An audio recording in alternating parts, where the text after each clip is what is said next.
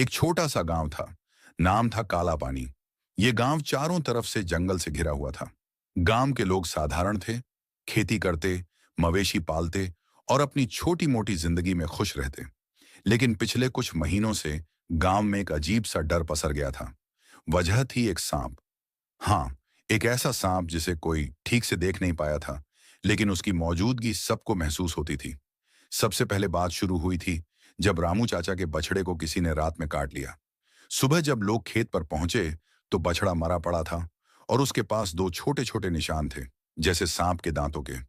रामू चाचा ने गुस्से में कहा, यह कोई साधारण सांप नहीं है, ये कोई जहरीला शैतान है जो हमारे गांव में घुस आया है। गांव वालों ने उस दिन खूब ढूंढा, लेकिन सांप का कोई पता नहीं चला। फिर कुछ दिन बाद मंगलू की बकरी मरी। फिर श्यामू के मुर्गे गायब होने लगे। हर बार वही निशान मिलते, दो छोटे छेद और आसपास कुछ अजीब सी बदबू। गांव में अफवाहें शुरू हो गईं। कोई कहता कि यह सांप जंगल से आया है, कोई कहता कि यह कोई पुराना श्राप है।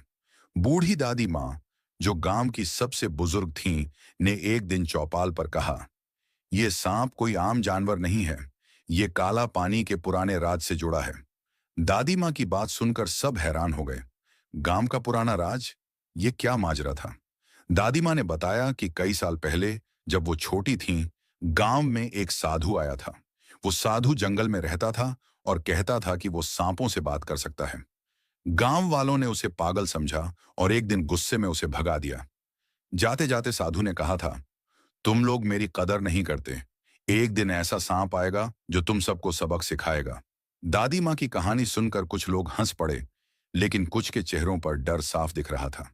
अब गांव में हर कोई सतर्क रहने लगा। रात को लोग जल्दी घर लौट आते, बच्चे बाहर खेलने नहीं जाते और हर घर में लाठी डंडे तैयार रखे जाने लगे। लेकिन सांप फिर भी पकड़ में नहीं आ रहा था। एक रात को गोपाल, जो गांव का सबसे नन्हा लड़का था, अपने घर के बाहर कुछ सरसराहट सुनकर बाहर निकला। उसने देखा कि अंधेरे में कुछ लंबा सा चल रहा था। वो चिल्लाया, सांप! सांप! पूरा गांव जाग गया, लेकिन जब तक लोग पहुंचे वो गायब हो चुका था। गोपाल की बात सुनकर गांव वालों ने फैसला किया कि अब कुछ करना होगा। सरपंच ने कहा, हमें जंगल में जाकर इस सांप को ढूंढना होगा। अगर ये ऐसे ही चलता रहा तो हमारा गांव खत्म हो जाएगा। अगले दिन सुबह गांव के कुछ जवान लड़के, रामू, मंगलू, श्यामू और कुछ अन्य, लाठियां और मशालें लेकर जंगल की तरफ निकल पड़े। उनके साथ गया बूढ़ा कालिया, जो जंगल को अच्छे से जानता था। जंगल में घुसते ही सबको एक अजीब सा सन्नाटा महसूस हुआ। पेड़ों की छांव में हवा भी जैसे रुक सी गई थी। कालिया ने कहा, यहां कुछ गड़बड़ है, जंगल कभी इतना शांत नहीं रहता। फिर अचानक मंगलू चिल्लाया, वो देखो! सबने देखा कि एक पेड़ के नीचे कुछ चमक रहा था। पास जाकर देखा तो वो सांप की खाल थी, चमकदार, काली और इतनी लंबी कि उसे देखकर सबके होश उड़ गए। रामू ने कहा, ये तो किसी बहुत बड़े सांप की खाल है, क्या ये वही है? तभी कालिया ने कुछ दूर एक गड्ढे की तरफ इशारा किया। गड्ढा गहरा था और उसमें से वही अजीब सी बदबू आ रही थी। सबने सोचा कि शायद सांप यहीं छिपा है। मंगलू ने एक पत्थर उठाकर गड्ढे में फेंका। अचानक से एक तेज सरसराहट हुई और गड्ढे से कुछ निकला। एक सांप, काला, चमकदार और इतना बड़ा कि उसे देखकर सब पीछे हट गए। उसकी आंखें लाल थीं और वो फुफकारते हुए उनकी तरफ बढ़ा। रामू ने लाठी उठाई, लेकिन सांप इतना तेज था कि वो पलक झपकते ही पेड़ पर चढ़ गया। श्यामू ने मशाल फेंकी, लेकिन सांप ने उसे भी चकमा दे दिया। कालिया चिल्लाया, भागो! ये कोई साधारण सांप नहीं है। सब गांव की तरफ भागे, लेकिन पीछे मुड़कर देखा तो सांप गायब हो चुका था। गांव पहुंचकर सब ने सरपंच को सारी बात बताई। सरपंच ने कहा, हमें किसी बड़े जानकार को बुलाना होगा, ये सांप हमारी समझ से बाहर है। अगले दिन एक सांप पकड़ने वाला बाबा गांव में आया। उसका नाम था नागेश बाबा। वो लंबा, पतला और गंभीर चेहरा लिए था। उसने कहा, मुझे इस सांप से मिलना होगा, लेकिन यह काम आसान नहीं होगा। नागेश बाबा ने गांव वालों से कहा कि वो रात को जंगल में जाएंगे। सब डरे हुए थे, लेकिन बाबा के हौसले को देखकर कुछ लोग तैयार हो गए। रात को मशालें जलाकर वो फिर जंगल की तरफ बढ़े। बाबा ने एक अजीब सी मंत्र वाली पुड़िया जंगल में फेंकी और कहा, अब इंतजार करो। कुछ देर बाद वही सरसराहट फिर सुनाई दी। सांप सामने आया, वही काला, चमकदार और डरावना। लेकिन इस बार बाबा डरा नहीं। उसने सांप की आंखों में देखा और कुछ मंत्र पढ़े। सांप रुक गया, जैसे उसे कोई जादू बांध रहा हो। बाबा ने गांव वालों से कहा, यह सांप कोई श्राप नहीं है। ये एक पुरानी आत्मा है जो इस जंगल की रक्षा करती है। लेकिन इसे गुस्सा है क्योंकि गांव वाले जंगल को नुकसान पहुंचा रहे हैं। सब हैरान थे। क्या सच में यह सांप जंगल का रखवाला था? और अब आगे क्या होगा? नस नागेश बाबा की बात सुनकर गांव वाले हैरान रह गए। सांप कोई श्राप नहीं, बल्कि जंगल का रखवाला था। ये बात किसी के गले नहीं उतर रही थी। सरपंच ने आगे बढ़कर पूछा, बाबा, ये सांप जंगल की रक्षा करता है, तो फिर हमारे जानवरों को क्यों मार रहा है? हमारा क्या कसूर है? बाबा ने गहरी सांस ली और कहा, तुम लोग समझ नहीं रहे। ये सांप तुमसे बदला नहीं ले रहा, ये तुम्हें चेतावनी दे रहा है। जंगल को नुकसान पहुंचाकर तुमने इसकी शांति भंग की है। गांव वालों को समझ नहीं आया कि बाबा ऐसा क्यों कह रहा है। फिर रामू ने कहा, बाबा, हम तो बस अपनी जिंदगी जी रहे हैं, खेती कर रहे हैं, मवेशी पाल रहे हैं। इसमें जंगल को क्या नुकसान? बाबा ने मुस्कुराते हुए कहा, चलो मैं तुम्हें दिखाता हूं। उस रात बाबा ने गांव वालों को जंगल के उस हिस्से में ले जाने का फैसला किया जहां सांप का गड्ढा था। रात गहरी थी। मशालों की रोशनी में सब जंगल की तरफ बढ़े। सांप अभी भी वहीं था, पेड़ पर लिपटा हुआ, लेकिन अब वो शांत लग रहा था। बाबा ने मंत्र पढ़ना शुरू किया और सांप धीरे धीरे नीचे उतर आया। गांव वाले डर से पीछे हट गए, लेकिन बाबा ने कहा, डरो मत, अब ये तुम्हें कुछ नहीं करेगा। फिर बाबा ने गड्ढे की तरफ इशारा किया और कहा, यहां देखो। सबने गड्ढे के पास जाकर देखा। वहां कुछ पुरानी हड्डियां, टूटे हुए बर्तन और कुछ अजीब से पत्थर पड़े थे। कालिया ने कहा, ये तो कोई पुरानी चीजें लगती हैं। क्या ये किसी कब्रिस्तान का हिस्सा है? बाबा ने सिर हिलाया और बोला, नहीं, ये कब्रिस्तान नहीं, ये एक पुरानी मंदिर की जगह है। बहुत साल पहले यहाँ एक छोटा सा मंदिर था जो जंगल के देवता का था। उस मंदिर में एक सांप की मूर्ति थी जिसे लोग पूजते थे। लेकिन जब गांव बसा तो लोग इसे भूल गए।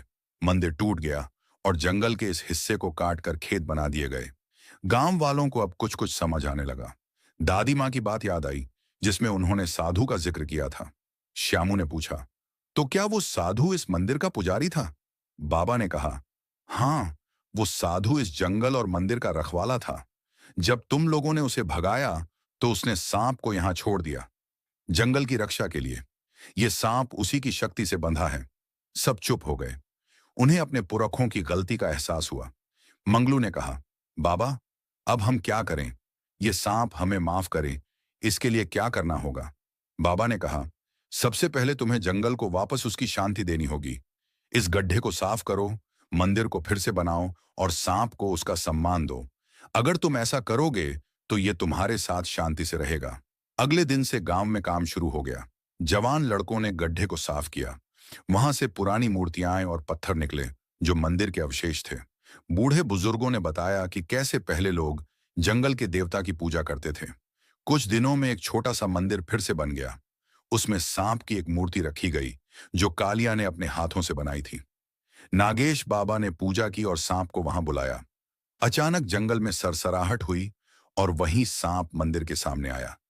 लेकिन इस बार उसकी आंखों में गुस्सा नहीं, एक अजीब सी शांति थी। बाबा ने कहा, यह अब तुम्हारा दुश्मन नहीं, तुम्हारा रक्षक है। जंगल को नुकसान मत पहुंचाना और ये तुम्हें कभी परेशान नहीं करेगा। सांप ने एक बार फुफकारा और फिर मंदिर के पीछे गायब हो गया। उस दिन के बाद काला पानी गांव में सब कुछ बदल गया। लोग अब जंगल को काटने से पहले सोचते थे। खेती के लिए नई जमीन चाहिए होती तो वो जंगल के बाहर की तरफ देखते। बच्चे मंदिर के पास खेलने लगे और उसे सांप वाला मंदिर कहने लगे। धीरे धीरे सांप की कहानियां गांव की लोक कथाओं का हिस्सा बन गईं। कोई कहता कि उसने सांप को रात में मंदिर के पास देखा, तो कोई कहता कि वो जंगल में अब भी घूमता है। एक दिन गोपाल, वही छोटा लड़का, मंदिर के पास खेलते हुए कुछ देखकर चिल्लाया। सब दौड़े तो देखा कि मंदिर के पास एक छोटा सा सांप था, काला, चमकदार, लेकिन बिल्कुल नन्हा। बूढ़ी दादी माँ ने हंसते हुए कहा, लगता है बड़े सांप ने अपने बच्चे को हमारी देखभाल के लिए छोड़ दिया। सब हंस पड़े। नागेश बाबा कुछ दिन बाद गांव से चला गया, लेकिन जाते जाते उसने कहा, अब तुम लोग और ये सांप एक दूसरे के साथी हो। इसे सम्मान दो और ये तुम्हारी रक्षा करेगा। उसकी बात सच निकली। उसके बाद न तो कोई जानवर मरा, न ही कोई मुर्गा गायब हुआ। गांव में शांति छा गई। समय के साथ काला पानी की कहानी बाहर तक फैल गई। दूर दूर से लोग उस मंदिर को देखने आने लगे। कुछ कहते कि ये सांप सचमुच जंगल का देवता है, तो कुछ इसे बस एक कहानी मानते। लेकिन गांव वालों के लिए ये उनकी जिंदगी का हिस्सा था। वो सांप अब उनका दुश्मन नहीं, बल्कि उनका अपना था। एक रात जब चांद पूरा आसमान में चमक रहा था, रामू ने मंदिर के पास कुछ देखा। वो वही बड़ा सांप था जो चुपचाप मंदिर की चौखट पर लेटा था। रामू ने उसे देखा और मुस्कुराया।